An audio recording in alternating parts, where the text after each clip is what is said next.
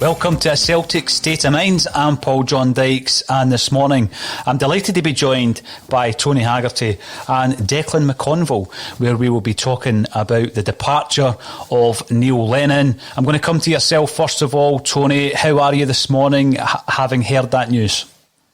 I'm good, but we spoke off earlier just a couple of minutes ago, and it's a bittersweet one, really. You know, I think the majority of the Celtic supporters have got what they wanted with the removal of Neil Lennon from office. But it's also tinged with the fact that this is an out-and-out Celtic man. And whilst we advocated on this programme that we thought he wasn't the man fit for the job, there is a man lost his job, and you have to feel for that.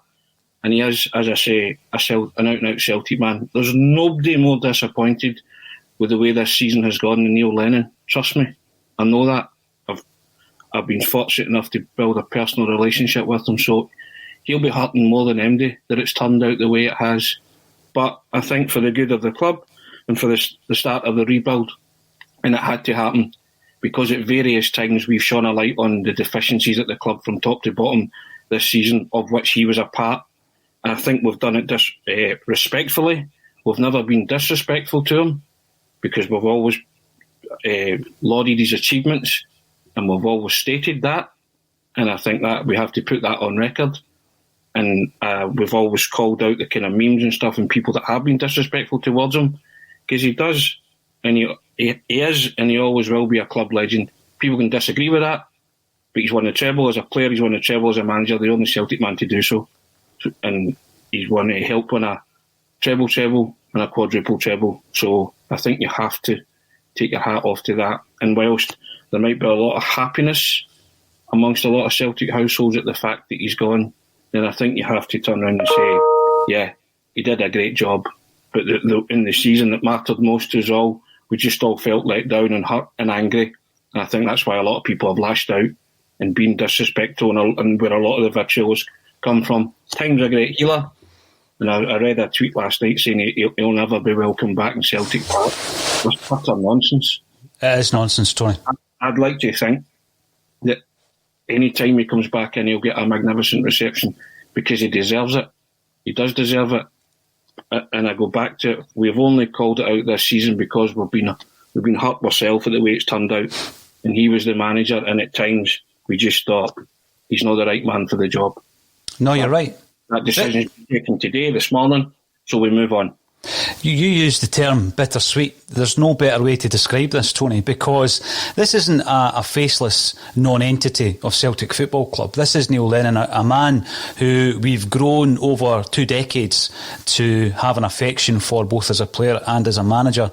And for anyone like yourself who was lucky enough to spend time with him as a person, as a human being. So if we come to Declan, we've spoken time and time again on Axom, Declan, about, the club rebuilding. And did it come to a surprise to you last night, the timing of it, and how disappointing were you, or was it, that this was leaked to the press before the official announcement this morning? And not just that, it was leaked to an element of the press that, in terms of Celtic Football Club, it's the worst possible PR move you could make. Yeah, I was surprised by the timing of it last night, Paul. I think it got past a stage for many of us as supporters where we were wondering, when is this going to happen? I think majority of folk had came to the same opinion that Neil shouldn't have been in charge of the football club any longer, and we had to move on. But for it to break in the sun was, again, a real kind of 2 fingers, I think, at the Celtic fans again, because we've been crying out all season for communication. Talk to us. We were able to keep the Dominic Mackay and Peter Lawwell story quiet, and it got released through the proper channels via the club, going through the London Stock Exchange the next morning. Why could that not have been done this morning? Why did it need to get that wee hint just out last night in the Sun newspaper, who stopped printing last night, I've heard, to put that in the back of their cover as well?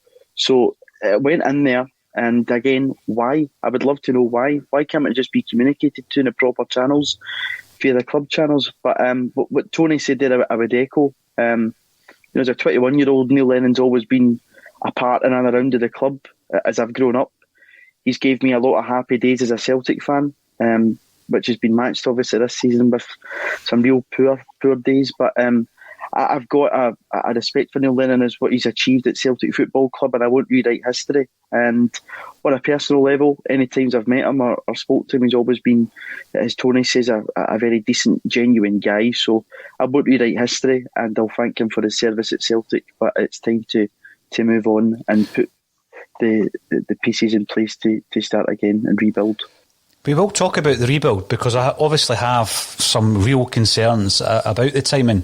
Declan, we've left it too late, and I think part of that issue in leaving it too late is we're in no other option at this moment in time than to basically push up or promote from within John Kennedy, Gavin Strachan, plus AN other. I'm guessing, and I don't know if this was part of any announcement, that will be Stephen McManus. Okay, so we've now got a situation where two elements of that coaching team who have failed this season. Neil Lennon is the figurehead of a coaching team, and he obviously has the final say in team selection, etc. That goes without saying.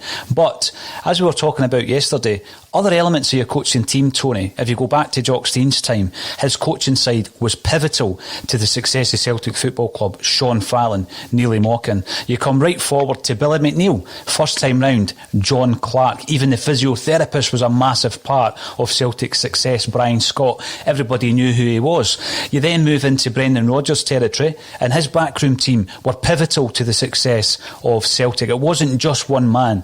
So when it comes to this season, and you said it's bittersweet, how bittersweet is it that two elements, two parts of the problem are still there? That's the bitter part. Kennedy and Strachan should have gone with Neil Lennon. We should have another voice, because that's the same voices that are talking to the players. Mm-hmm. You want a fresh voice. If you're going to sack the manager or relieve the manager of his duties, then his backroom staff have to go as well. So you need a new voice. That's the thing that concerns me. But it doesn't overly concern me the fact that Kennedy's just a stopgap, because there is no way that Kennedy and Strachan will take the reins in this long term. Right? You have to think that they've just said, okay, we've made a call here. We'll just limp on to the end of the season, and then they're doing their due diligence on the person that they want to bring in. Right? Now, that person, any new manager coming into this club, in my opinion, it's got to be a top drawer candidate, or as top drawer as we can entice to the club, right? Because what we've spoken about all season, what do we need? We need someone that's going to instill a new culture in a club that's lost from top to bottom temporarily, right? We need somebody who's going to repair the obvious disconnect at boardroom, first team and supporter level, right? We need somebody who, in terms of Celtic, is going to be box office enough to sell season tickets, right? Okay? And we need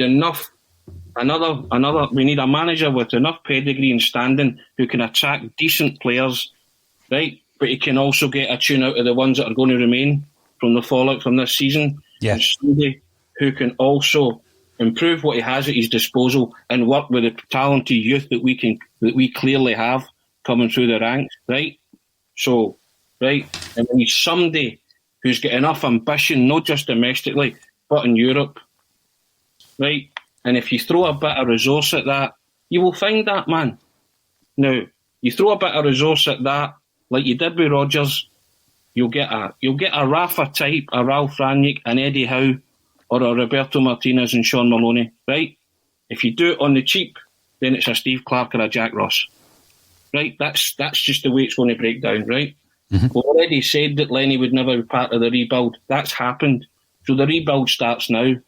Whoever's coming in is surely going to be assessing this club and this team in the next 8 games, right? And I'm going to say a statement here, and I implore the Celtic board who clearly listen to this programme, right? All the Celtic supporters crave is an appointment, not a disappointment.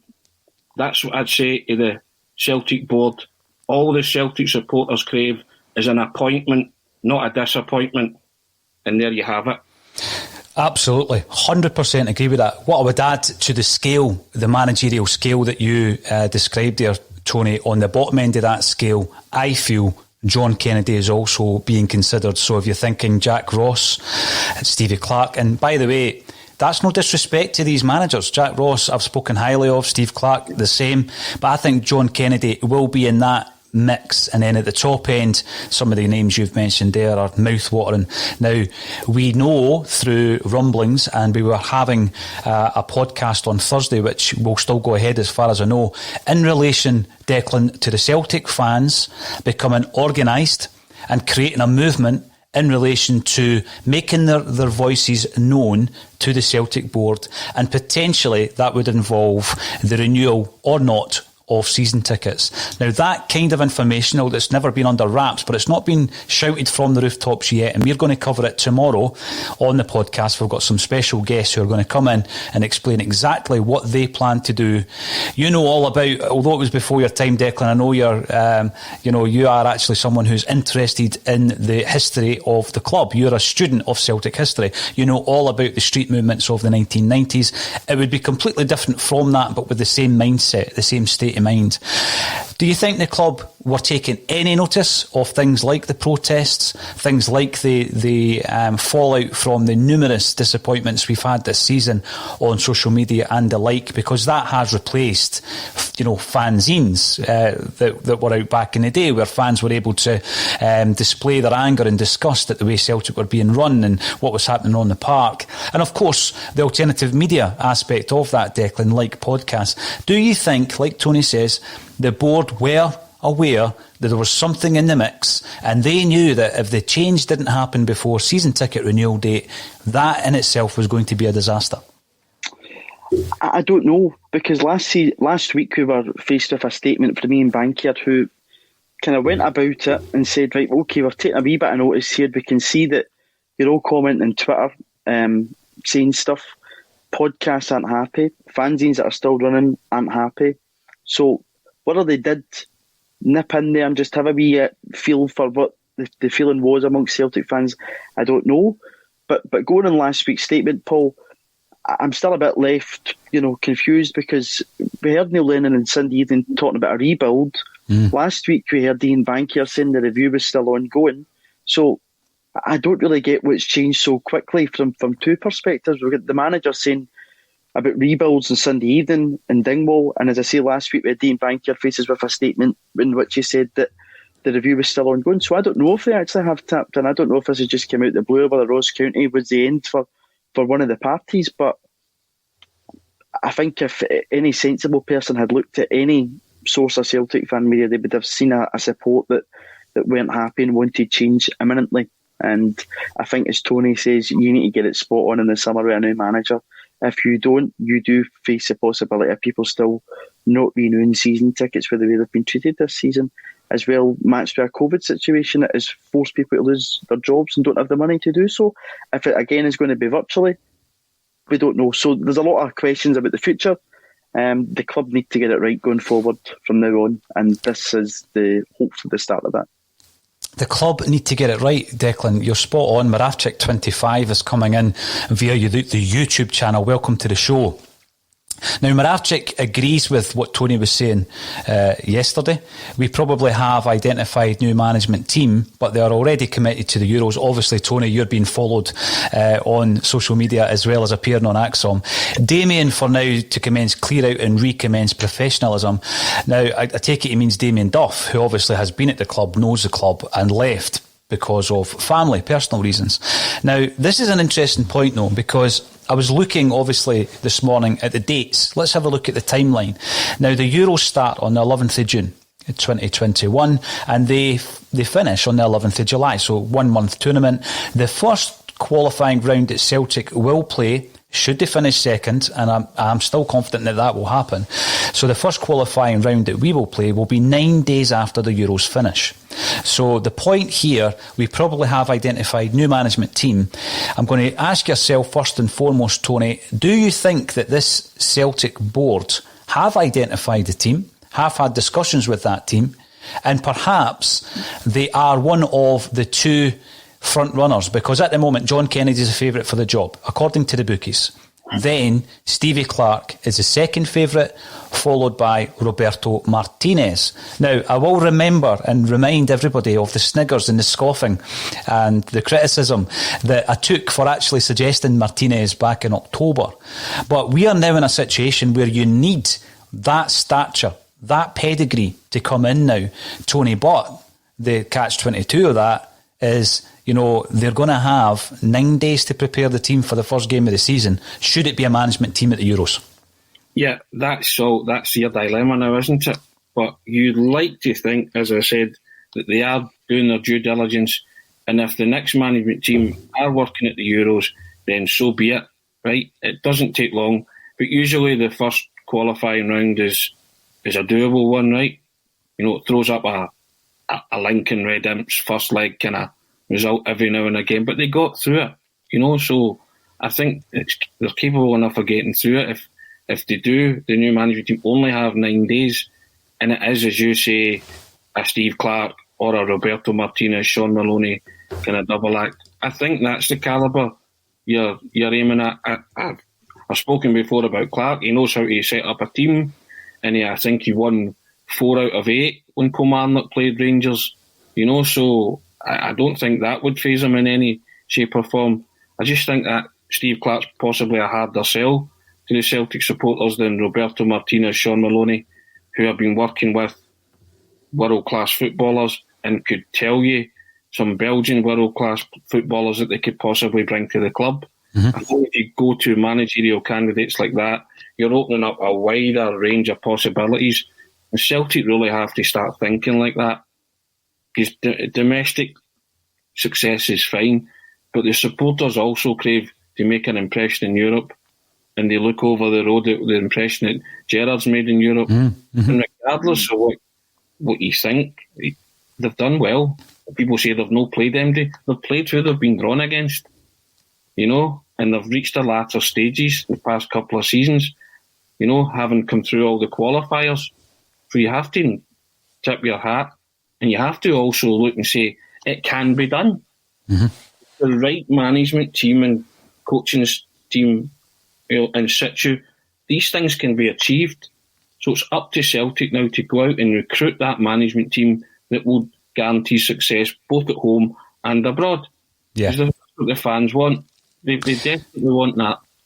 I watched with interest, Tony, about a week ago or during the week, the interview that Amy Canavan, Axom's very own Amy, did with Jock Brown. And Jock spoke about the current situation at Celtic and the fact that over the last decade we have been happy just to lord it up domestically, and we haven't made enough inroads into Europe to make the kind of commitment to the club and to the fans that we were going to progress in European competition. Everything has been, for want of a better term, at let's say the backside end of the transfer window to get players in for the qualifiers. Let's try and scrape through by the skin of our teeth so that we can then have access to all the European riches, but let's not be prepared to invest sufficiently to get us there. And that has been an issue. It's been a massive issue. And this is why I'm going to ask a question in relation to this rebuild that, Declan, you quite rightly said, Neil Lennon seemed to be up for a rebuild. And that's why when I wake up this morning and I see that Neil Lennon has resigned from his post. Now, I'm pretty sure officially Neil Lennon has resigned, but I don't think it would have been a decision made by him. Now, that's happened in the past at Celtic. If you look through the history books, as I know you do, it might tell you that Jock Stein resigned or moved upstairs or moved to the pools or whatever the Celtic history books tells you. But if you speak to anyone who was close with Jock Stein, they'll tell you that he was also relieved of his duties. And there's a certain element right up to the point of Celtic priding themselves on we never sacked a manager for 100 years. Remember all that stuff. So that is all PR. That's what that is. And Neil Lennon has made that decision himself. So I don't think that would have been the case. Every single interview that Neil Lennon gave throughout this whole period, Declan, he did so in a bullish manner. He did so in the manner we would expect of a club captain and a club manager, that he never ever gave up. You know, he had that, he didn't know when to give up. And sometimes that can be a failing. So when you're looking at that whole scenario of Neil Lennon now going and this rebuild being absolutely necessary, I'm looking at the fact that Scott Brown will be 36 come the summer. You've got 4 loanees who will be going back to the respective clubs, I would guess, because a new manager needs to assess whether or not he wants the buying option of an El Yunusi, etc. I'm pretty sure the other ones speak for themselves when it comes to would you invest £7, £8, £9 million in John Joe Kenny or Laxalt. I don't think a Celtic fan would say yes. No one would make the Shane Duffy move permanent. The El Yunusi one, because we know him, has been questioned for a £5 million move. So there's 4 loanees. There's Scott Brown, who's your captain, question mark after him. We're looking at possibly permanent moves for Ayer, Ncham, Eduard, Christie. Frimpong has already gone. And you've got 2 very expensive acquisitions in Barkas and Ayeti, who either will be moved on or will have to be supplemented by, you know, another goalkeeper and another centre forward. Now, obviously, the majority of the names, not including the likes of Brown and the players who may be leaving on permanent deals, the majority of the players we're talking about, Nicky Hammond has had a part to play in the recruitment of these players. Now, we wanted change at CEO level, it's been announced. We wanted change at managerial level, that's been announced. Nicky Hammond, big question mark over his future at the club now as well, Declan. I think, again, part of the problem this season and probably has to go out the door along with the manager. Last summer everybody was quite pleased with recruitment, but it's not worked out, and ultimately the man that pays the price for that is Nicky Hammond. So he should go out the door. It should be a fresh start for everybody. There's a plethora of players here, Paul, that are going to leave the football club, a plethora of first team players that are going to leave the football club. But I'm still of the opinion that there's a good core squad there that you can still get a decent tune out of. And you just need to look at the midfield and Turnbull, Sorrow, hopefully Callum McGregor as well. Again, there's questions whether he'll leave the club. That's a good midfield to build your team around. So there's no reason why we can't move forward. But again, as I said earlier on, it's not just about getting the management right. I think the club will take the direction of a director of football. Again, it's about getting that right and making sure that your recruitment process, the guy at the top of that scale and the manager are all in harmony together, working forward for the good of Celtic Football Club to move forward and not stagnate and just wait. I think at times in the past, what will be coming up for 10 years, we've let domestic dominance take precedent over Europe, and we've had the blinkers on and just went, once we win the league, everything will be rosy in the garden. Which, you know, as Celtic fans, we made our mark in 1967 winning the European Cup. We've had some great nights at Celtic Park. We want that to continue. And a statistic, I think it's since 2004, we haven't won a knockout tie since after Christmas. That is appalling for Celtic Football Club. You know, that is not the standards that we want. And as Tony says, you just need to look at the team on the other side of the city who are able to do it, whether that's in the Champions League or Europa League. They're still able to do it, but we ultimately fail at that stage every single season. So it's about getting past that, moving forward and setting new standards for ourselves that are achievable. Now, I've already mentioned that John Kennedy is the bookie's favourite to take over. Junko Lyon comes in via Twitter to say, worst scenario, Kennedy wins the last 8 games, gets the gig, just like Lennon did first time around.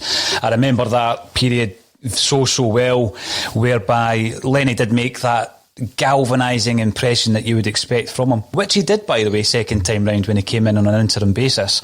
And we went on a run, albeit we were knocked out of the cup by Ross County, and he was given the job permanently. Now, at that time, let's look at the situation that we were in. So Neil Lennon was paid a salary when he took the job first time round of £300,000. There were managers who applied for the job and who were in discussions with the Celtic board at that time in 2010 who wanted to come to Celtic. Managers whose stock were high, but they were on Premiership wages. Now, the Premiership wages back then could have been 1.5, 2 million plus at that time. And I'm talking obviously the English Premiership. So Celtic did go for the cheap option in terms of the salary of the manager. People would say, yeah, but it worked out. It worked out, but you've got to look at the full circumstances of that. We didn't win anything in terms of the league. We did not win the league. We won the Scottish Cup against Motherwell, but we didn't win the league in Neil Lennon's first full season in charge. The following season, Rangers were no longer in the league, and so began the 9 in a row. So that was a scenario back then. We're now in a situation here where we have, and let's not deny it, we have a resurgent Rangers. We don't have a Rangers who are on the edge of a cliff top, ready to be jump off or pushed off. This is a completely different scenario. We have a Rangers who are on the rise, like you say, Tony, and you say that from the most balanced perspective possible. They are on the rise, absolutely no doubt about it. Their biggest situation this summer, I believe, will also be to replace the management team, because his stock has risen. I mean, you've seen how, and I can't compare him with Rodgers, but Rodgers leaves Celtic and goes to Leicester.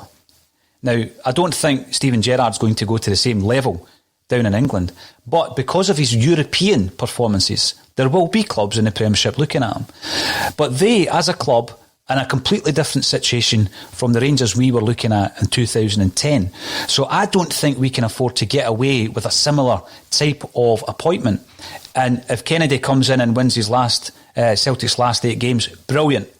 But I'm now going to go on to Moravcik's point. And this point is that John Kennedy has been at Celtic Football Club for 30 years and improved us nil. Now, interestingly enough, Kennedy is only 37. We were talking about this last night, Tony. So if he, and correct me if I'm wrong, if he does get he's got the manager's job this morning, I believe him to be the second youngest manager in Celtic's history. Someone might correct me and say that Willie Maley was younger. I would need to check that myself, but certainly Davy Hay was only 35 when he took the manager's job in the 1980s. But John Kennedy has been at the club for an incredible length of time, and someone asked me the question yesterday, David Docherty on Twitter, why is he so highly rated as a coach? Where does this narrative come from? So I was having a look about, and this was before any announcement last night in around the Celtic manager's job, and I seen a quote from Damien Duff, who obviously worked with John Kennedy at Celtic for a period, and he regarded John Kennedy as one of the best coaches in the world. And that was a quote. So I answered David Docherty with that quote at 10 to 3 yesterday, not knowing that quote would be retweeted later on in the night in relation to the fact that he is now the interim Celtic boss. But surely, Tony, even if he was to win the last 8 games of the season, appointing him full-time, like the bookie says he's a favourite, would not be a forward step. No. And I think the caveat should be added, or the board should have added the caveat that Kennedy's in charge for 8 games. It's an interim period. They should come out and say that, because the Celtic fans will not put up with that. You might well be a world-class coach, but I think the majority of Celtic supporters would say he's kept it well hidden. You know, and if Kennedy was this world-class coach, we spoke about it on Sunday night, they would have handed him the reins long before now to step in at some other juncture. But they haven't. We said they didn't trust him. They'll trust him for 8 games. You know, because I think, as you say, I don't think they'll let second place slip. Mm-hmm. You know, but Kennedy's part of the whole failure this season. He should have gone alongside Strachan. I said that earlier. So I just can't see how Kennedy is going to improve that team or have any meaningful contribution to a rebuild. You know, so I'm not particularly jumping up and down that he's got the reins for 8 games. I want him to win, and I want him to win all those 8 games. Of course I do. You're a supporter, so you never want to see the team lose. Mm-hmm. But I don't particularly think that what he does will have any bearing on the new management team coming in. And the bookies can say what they like, you know, but I think Celtic are, or if they're not, they should be aiming a hell of a lot higher than John Kennedy, you know, because the supporters are, right? And people are saying, oh, you'll not get Martinez, you'll not get Eddie Howe. I keep saying it. Go and ask the question. Get them to come out and say, thanks, but no thanks, or yes, I would be interested, because there's no point in saying, like we have in various points of history, oh, we could have had him, he was interested, but the question was never asked. go and ask the question. People say, "Oh, Rafa's a pipe dream." Well, fine. Go and let them say it's a pipe dream. You'll no get me. I don't mind that. At least it shows ambition.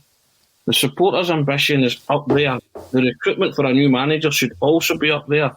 You set a high bar. I'm fed up saying it, because if you set a high bar, it's the only way you're going to, like the team across the other end of the city, improve in Europe and go far in Europe and get past the group stages into the knockout phase. If you know what I mean? If you get a decent manager. Brendan Rodgers overstretched, and then there was interference and stuff. But any new guy coming in would like to think that Dominic Mackay would let him do the football side of things. And if you go and get a big hitter, you can achieve. And it's surely not. I've said before, a big part of the rebuild's going to be throwing a lot of resource at a new manager.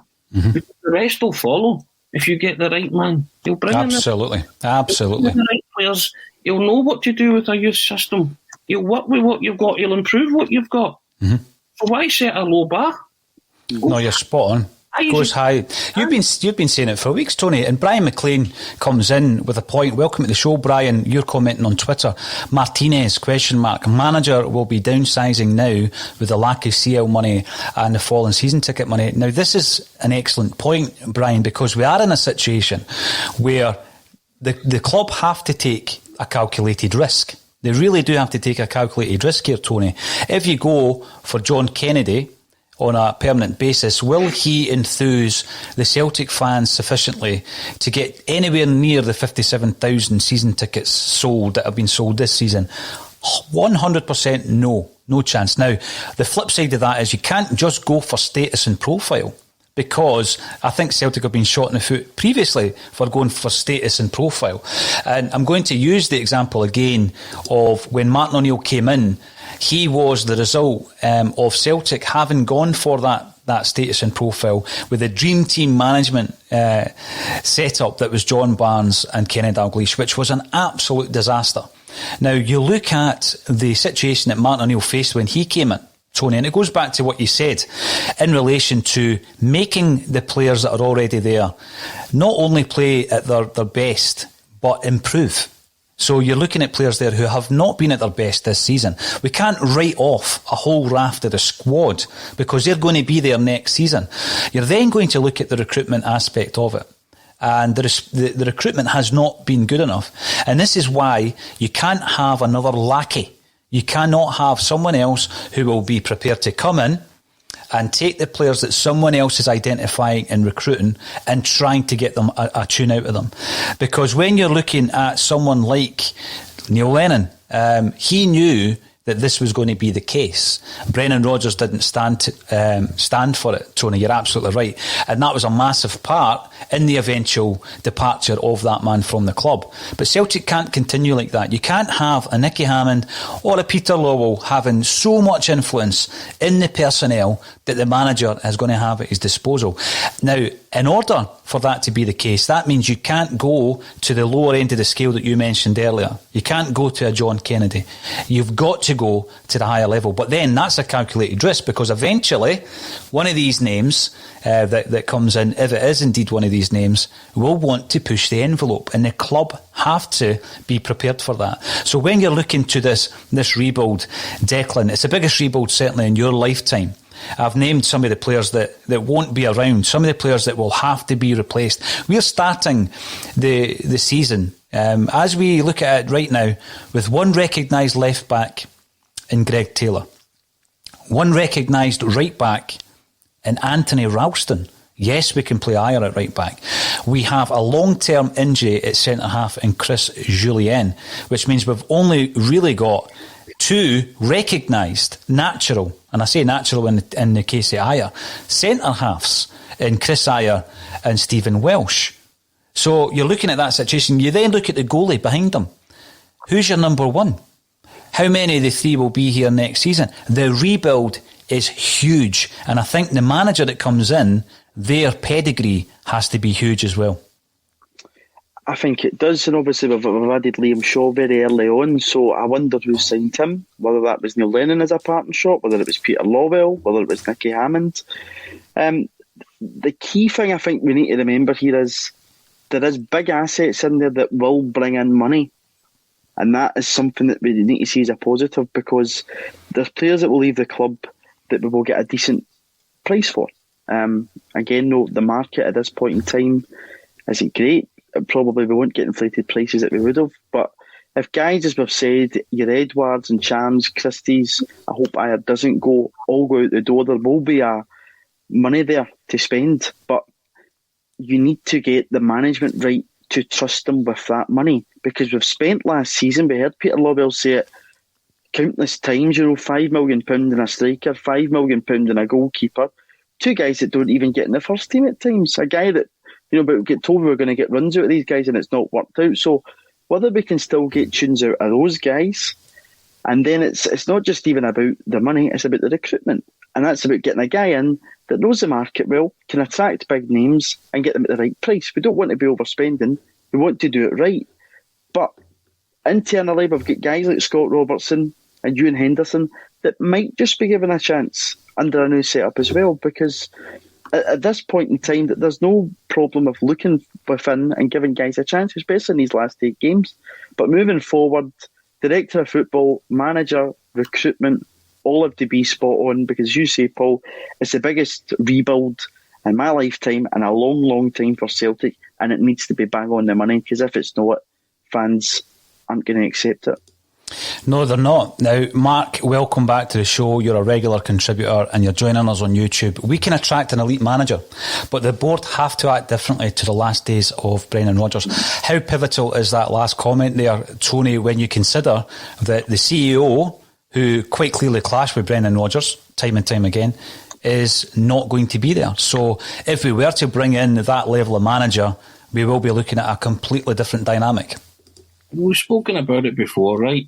History tells you when you bring in a big hitter and you give them full reign, full power, we're successful. Jock Stein had it, Martin O'Neill had it, Brendan Rodgers had it, till it became obvious that he didn't have it, and he didn't stand for it and he walked, right? But it's no coincidence. You bring in a big manager, he'll do the job. Leave him to do the job. And as Declan said as well, you need harmony. We've spoken about this too. You need everybody singing from the same hymn sheet, right? Your director of football, if that's the case, your head coach, and identifying the same kind of players, the same kind of philosophy, the same culture to bring into the club. Because the rebuild, yeah, it's massive, but as we've alluded to, there's a lot to work with there. Turnbull, Sorrell, McGregor. You look at Brendan Rodgers. Brendan Rodgers improved James Forrest unbelievably so. Right? That's what management is. You work with what you've got and you bring in what you think you need. Right? So, there are a lot of building blocks there for any new manager coming in for a start to work with. Yeah, might have to ship players out and get as much as you can for them. But as long as they're identifying like for like, the problem with Celtic in the past is when they've sold assets, they've not brought in players anywhere near the ones that they've sold. Mm-hmm. Tierney's never been replaced. Bet your bottom dollar, if Ayer goes, he'll not be replaced. French Eddy will not be replaced with a similar. We got lucky when with Dembele and French Eddy coming Dembele was on his way out as French Eddy was coming in. But that was Rodgers who identified both. So you need a manager like that that has his finger on the pulse and can tell you, can bring in Dembele for 500 grand, sell him for 19 million quid, if that's the way we're still going to work. But you have to identify those players first, and it takes a big hitter to identify that or know exactly what's going on around world football. So why is it beyond Celtic's reach when you say certain managers, he'll no come, or forget that? I keep going back to it, and people accuse me of getting annoyed. I'm passionate about it. Mm-hmm. To us, the Celtic manager's job is the best football job in the world. Right? I've said before, right? It's not to anyone else, but to the supporters it is. And it's a highly attractive proposition, playing in front of 60,000 people when you get it right. And the wonderful nights you can have in European football when you get it right. I mean, the first 2 years of first year and a half, 2 years of Brendan Rodgers' tenure was blissful. I don't think anybody has seen anything like that. You know, Martin O'Neill's tenure, some of his year, Seville and all that, fantastic, because they were getting it right. So how can Celtic not get it right again? We need another epiphany moment from Dermot Desmond and the board to appoint this person. You know, whoever it is coming in, we can't afford to think small. We are up against the resurgent Rangers, as you said. You want to go toe-to-toe with them. It hasn't this season at all. Much to everybody's surprise. But it's now time to go toe-to-toe and think big. Think big, dream big. Speculate, as you said, to accumulate. But don't overreach yourself. But there's still funds there for a club like Celtic to be acting as a big club, not, as I get back to it, masquerading as one. No, you're right. I'm bringing up Joe McAlinden, who says via YouTube, Rebuild with Sean Maloney. You spoke about singing from the same hymn sheet. Joe McAlinden has certainly sang quite a few tunes over the years, so welcome to the show, Joe. Rebuild with Sean Maloney.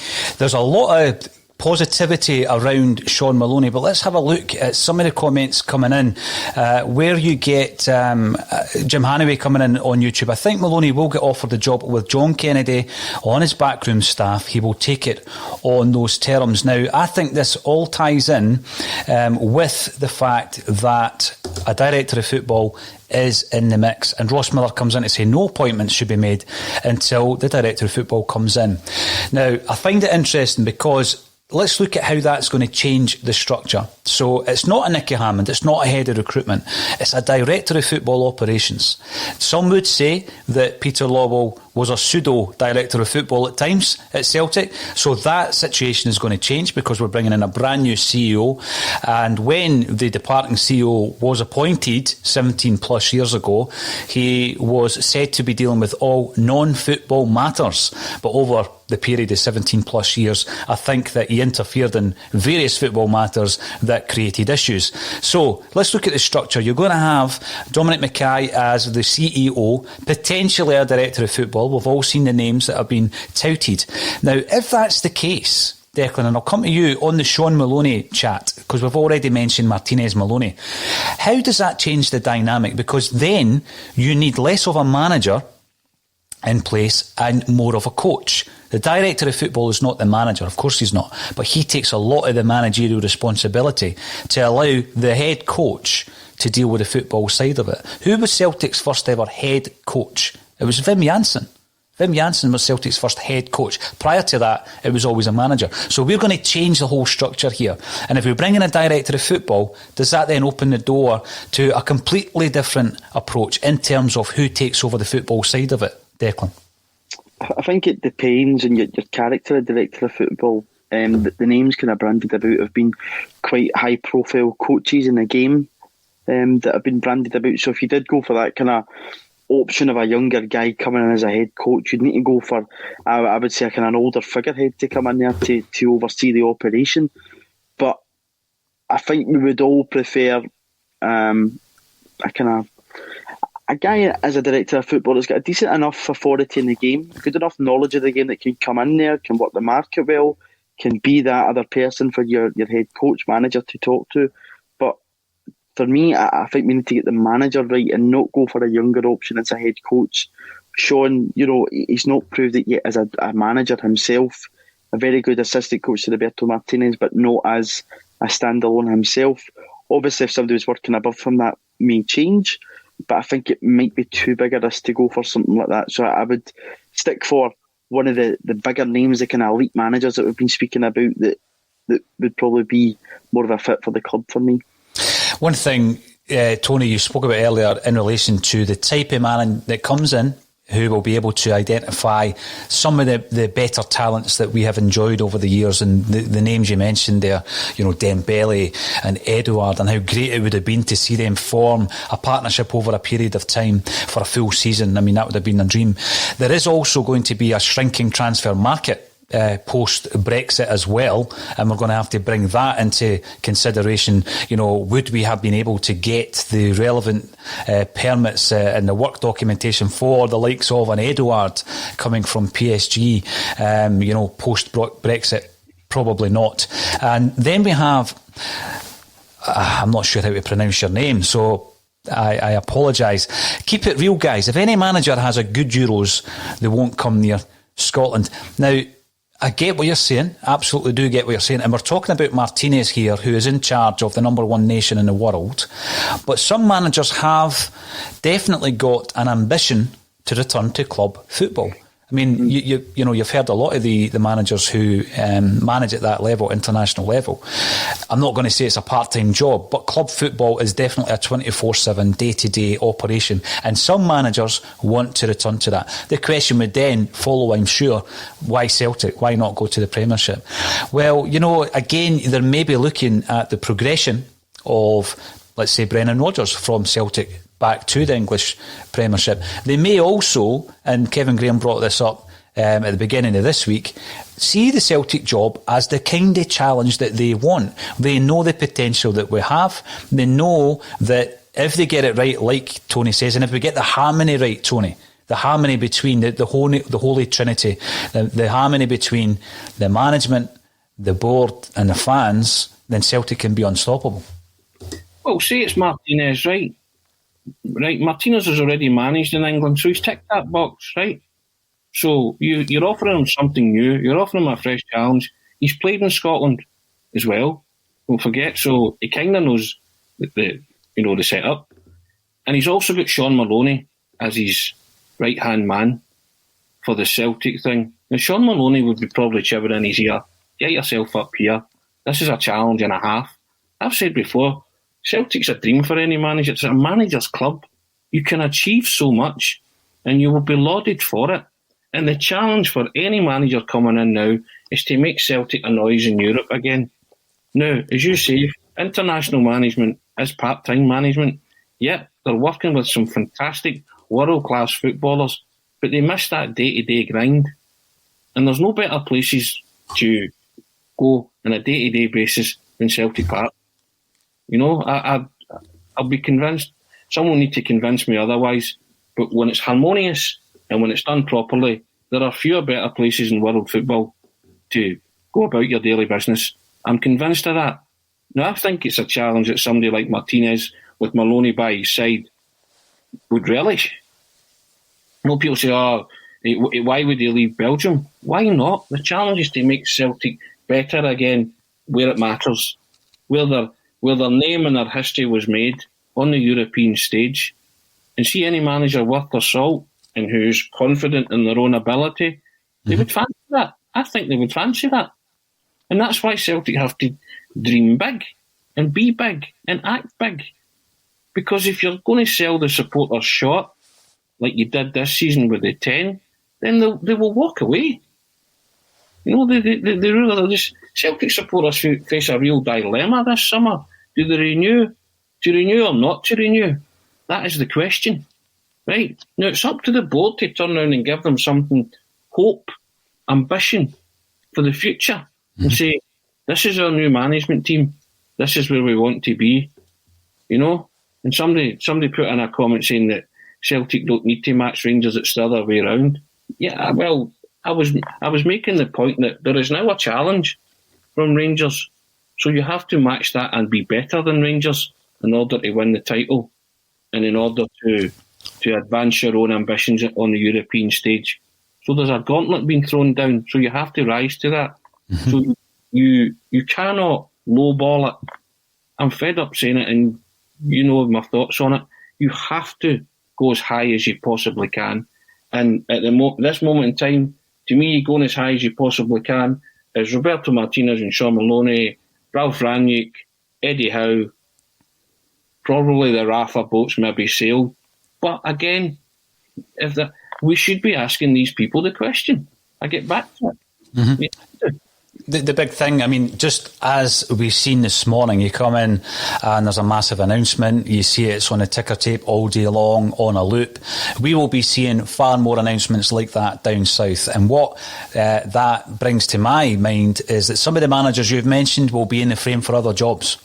So Celtic must have, I would hope, and this season might put doubt in a lot of people's minds, must have already made an approach. They must have done, because if, for example, the Newcastle job or the Crystal Palace job becomes available, there will be a whole raft of managers, including some of the names you've mentioned, Tony, who many Celtic fans would love to see at Celtic Park, who will get a job. And they'll get a job down south. I've seen a lot of comments coming in saying, what's happened to the Eddie Howe chat? Well, he's also someone else who I think a lot of Celtic fans have spoken about over the various months, talking about, yeah, he would be the right man for the job. Then the Bournemouth gaffer gets sacked, and he's obviously Eddie Howe's number two. He's his go-to number two. Is that team, have they already been approached? You know, I'd heard rumblings way back in October that the managers that had been sounded out, and I've said this numerous times on Axom, were Alex Neil at Preston and Roberto Martinez with Sean Maloney. That was back then. So when Kevin Graham put me on the spot on Axom at full time after the 3-3 at Pittodrie, and he asked me who would you put in charge, very much like what you said, Tony, I aimed for the very top of the tree. Who on earth would it be? And what happens is that's met with ridicule, by the way, from Celtic fans and other teams' fans. But if we want to progress, then we need to think completely differently. There's a couple of things I want to get through before we wrap up this morning. First and foremost, there's a couple of comments, and they've disappeared from my screen, such as the busyness of the comment section. So thanks everybody for getting involved. Where it was basically saying that we were being hypocritical because we've come on and said Neil Lennon was a legend, etc. I don't think it's being hypocritical. It's a failure to be revisionist. That's what it is. And Declan said that you can't go into the history books, right, and whitewash what Neil Lennon has done for the club. And this is just on a football side of things, right? What he's done as a player and what he's done as a manager. So you can't just ignore that. You can't airbrush it out the history books. And I think that's the point Declan was making. But that doesn't make us hypocritical for saying all season, for the vast majority of the season, that Lenny should be removed from office. Absolutely not. What he's done previously is unquestionable. It's there for all to see. I think what Neil Lennon started to do, even in his final interview, his final press conference as a Celtic manager, not a conference actually, it was a post-match interview, he spoke about the 9 in a row. He spoke about the quadruple treble. He continually went on about the achievements that he was obviously part of, the quadruple treble only being wrapped up 2 months ago. That's all fair and well, but that's not where we are in the here and now. And it's fine to talk about your achievements, but that isn't going to see us through this season or next season. Now, I'm going to ask you the question, first of all, Declan, in relation to the way that Neil Lennon has been treated. And I'm not going to talk about the way he's been treated by the fans. I'm going to talk about the way the club have treated him this season. So in December, he's basically told, as is the football world, that your job is under review. You're having a managerial review. And we don't really hear much. We expect a response in January. The response we finally get is the chairman's message that you spoke about at the top of the show deck, where Ian Bankier confirms eventually that it's an ongoing review. So Neil Lennon's been in a situation throughout the months from December to date where he's got the sack hanging over his head. Now, the Celtic job is a high-pressure position at the best of times, even when it's going well. So you add all the pressures that he's already faced this season, and they've been numerous. Many have been self-inflicted. But you add that on top of it, and then you expect Neil Lennon to present and deliver a club message at least twice a week in a press conference, and then after every single game, many of which have been poor. Have the club done enough? Have they hung him out to dry, Declan? I think they've hung him out to dry. I think if you go back to February 19, 2 years ago, even in that summer, to appoint any manager without his own backroom team was always going to be a recipe for disaster in the end up. I know Neil Lennon came out and said that John Kennedy and Gavin Stanton had been magnificent and whatever, but I don't believe that. You see that John Kennedy's still at the football club today, showing to me that there was no real proper relationship there between the two of them, because if there was, he'd be out the door with them. And again, earlier in the show, Paul, we were talking about communication. Right or wrongly, Neil Lennon's been the only person really communicating with us in his post-match press conferences and pre-match press conferences. Whether what he's been saying or not has been true and you've watched it and thought that's great, because I haven't, but he's been the only person that's been sent out every single week constantly to talk. So I think from a club perspective, they need to take a bit of ownership and a bit of accountability and start to lead properly now, because they have hung him out to dry, in my opinion. And months ago, when everybody saw that this was going to end badly, that should have been the position when Peter Lawwell and Dermot Desmond stepped in and took it out of Neil Lennon's hands. So the blame is not 100% at Neil Lennon's door. There's also a blame here that needs to go to Peter Lawwell and Dermot Desmond for a responsibility and an accountability that they never took action on. Let's have a look at this historical season, blow by blow. August, we had the Bolingoli affair in August, and it probably was an affair in more ways than one. We were hit hard by that, only just playing the second game that was postponed the other week there against Aberdeen. Were knocked out of the Champions League in a one-off game against the Hungarians Ferencváros.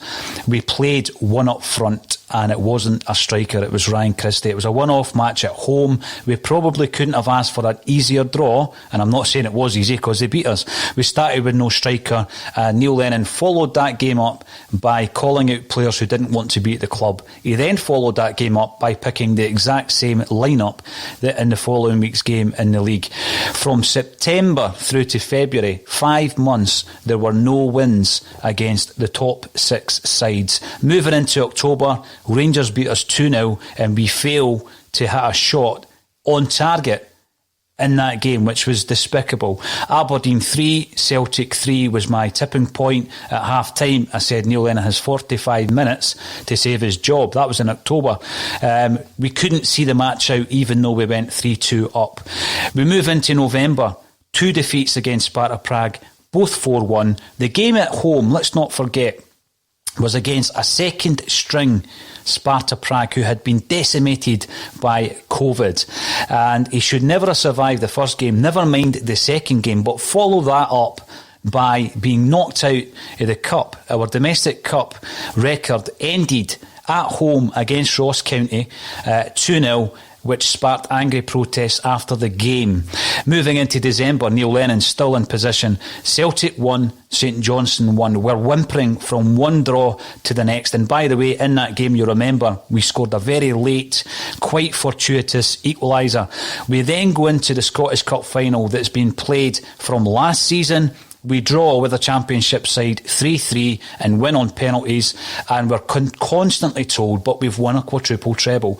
Only 2 games of that quadruple treble were won this season. We contributed 2 games this season to that particular record. Move into January, Rangers beat us again, albeit Celtic performed on the day, but we jumped on a plane straight after the game and flew to Dubai. The less said about that, the better, but we had to play 2 games basically with the crux of youth players.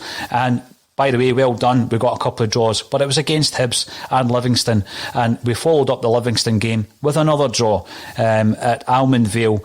We dropped 12 points in January, which included a defeat at home again against St Mirren, who won at Celtic Park for the first time in 31 years.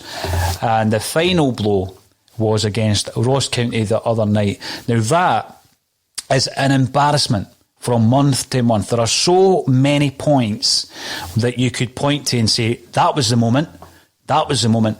Tony Haggerty, I'm going to ask you, what was the moment for you this season where you realised it was the end for Neil Lennon? I personally, it was Ferencváros for me.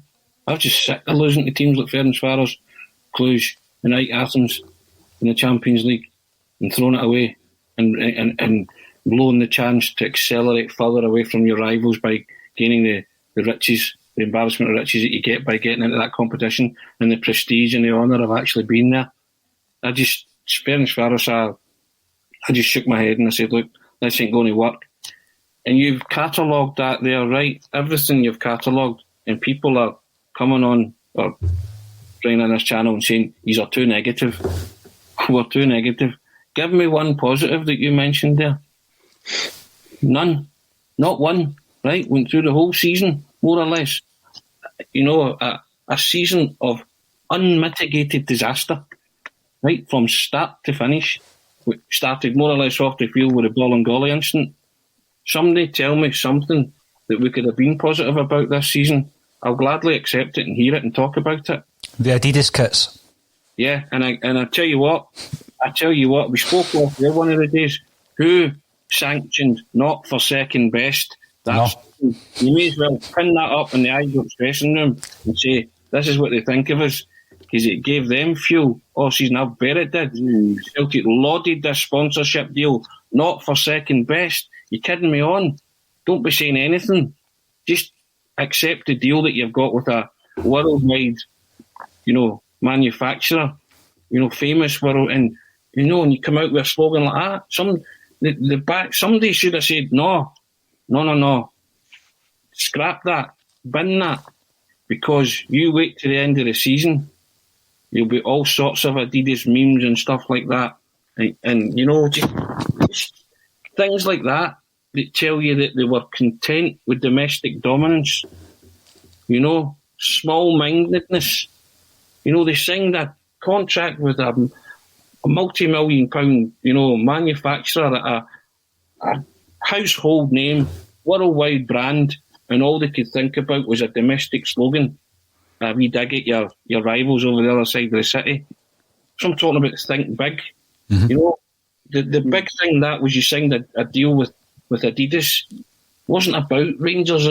Wasn't the opportunity to have a cheap shot. Be glad in the fact that you signed that deal, and from then on, it's just went downhill at an alarming rate of knots with the bogey with no brakes. As they say, if you're a Celtic Dan, you made one of those wooden things, The bogey, absolutely. No brakes, right? And honest to goodness, just silly things like that came back to bite Celtic this season, and the fact that they've underperformed at the top, first team, and the management levels, and the fans were just, they're apoplectic. In fact, we said on Sunday, they're actually beyond rage now and anger. They're resigned now. Sunday's result wasn't a surprise, was it? No, it was not. Now, I'll come back to you with one final question, Tony, but before I do so, Declan, at what point in this season did you think, no, regardless of what you've achieved in the past, it's time to go Neil Lennon? I think the hindsight, Paul, it would have been Ferencvaros, but personally it was probably Ross County, because I took it from the perspective of the way the clubs have goals and achievements and what they set out at the beginning of a season. That goal at the beginning of the season, I think about what Tony spoke earlier about standards, with European football, we'll let that slip under Ronnie Dyler. So it became acceptable to be embarrassed in Europe. It became acceptable to be beaten by teams like Molde and Sparta Prague at club level. Not acceptable for us as supporters, but at a club level. So I thought that they would let the European games go. But I think the Ross County game, when you end that run of cup wins in the manner we did, to be beaten at a team that, hadn't did anything and hadn't won games for so long, was probably the point for me where I went, enough.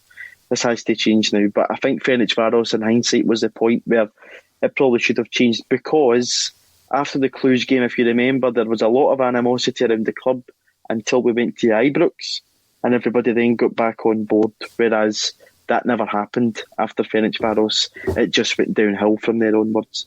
So I think there's been lots of moments for different reasons for people this season, but every moment everybody's getting entitled to a moment, because it's not been good enough as supporters, and the standards need to be raised a lot higher next season.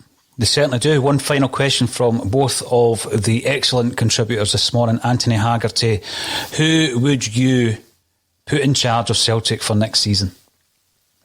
I said a while ago I would like to see Eddie Howe there, but I see he's been linked with the Crystal Palace job and stuff, and if he gets a job in England, then we've maybe missed the boat on that one and missed a glorious opportunity. Failing that, I would love them to be thinking about Roberto Martinez and Sean Maloney And if they really push the boat out, then Rafa. But I think maybe that is, as I said, I alluded to earlier, a pipe dream. But yeah. So I'll give you three there, but any of the above. Declan, Declan McConville, who would be your choice to replace Neil Lennon? I'm going to go with Eddie Howe as well. I think he's a young coach that has fresh ideas that would thrive under the setup at Celtic if you get the director of football right. He knows the market well, and I think there is something on the table for him to come, win trophies, be successful, and if he does want to go back into English football, there is a direct route map there to do so, like Brendan Rodgers did. So Eddie Howe for me, Paul. Now, thanks very much, the pair of you, for joining me so early this morning. Obviously, we woke up to the news that Neil Lennon has resigned from his position as Celtic manager. We now look to rebuild the club, and the rebuild starts now as far as we're concerned. Thank you, everybody, for getting involved on YouTube, Twitter and on Facebook. All that's left for me to say is yes, we will be back at 12:30, but in the meantime, thank you to Tony Haggerty and Declan McConville for joining me on A Celtic State of Mind.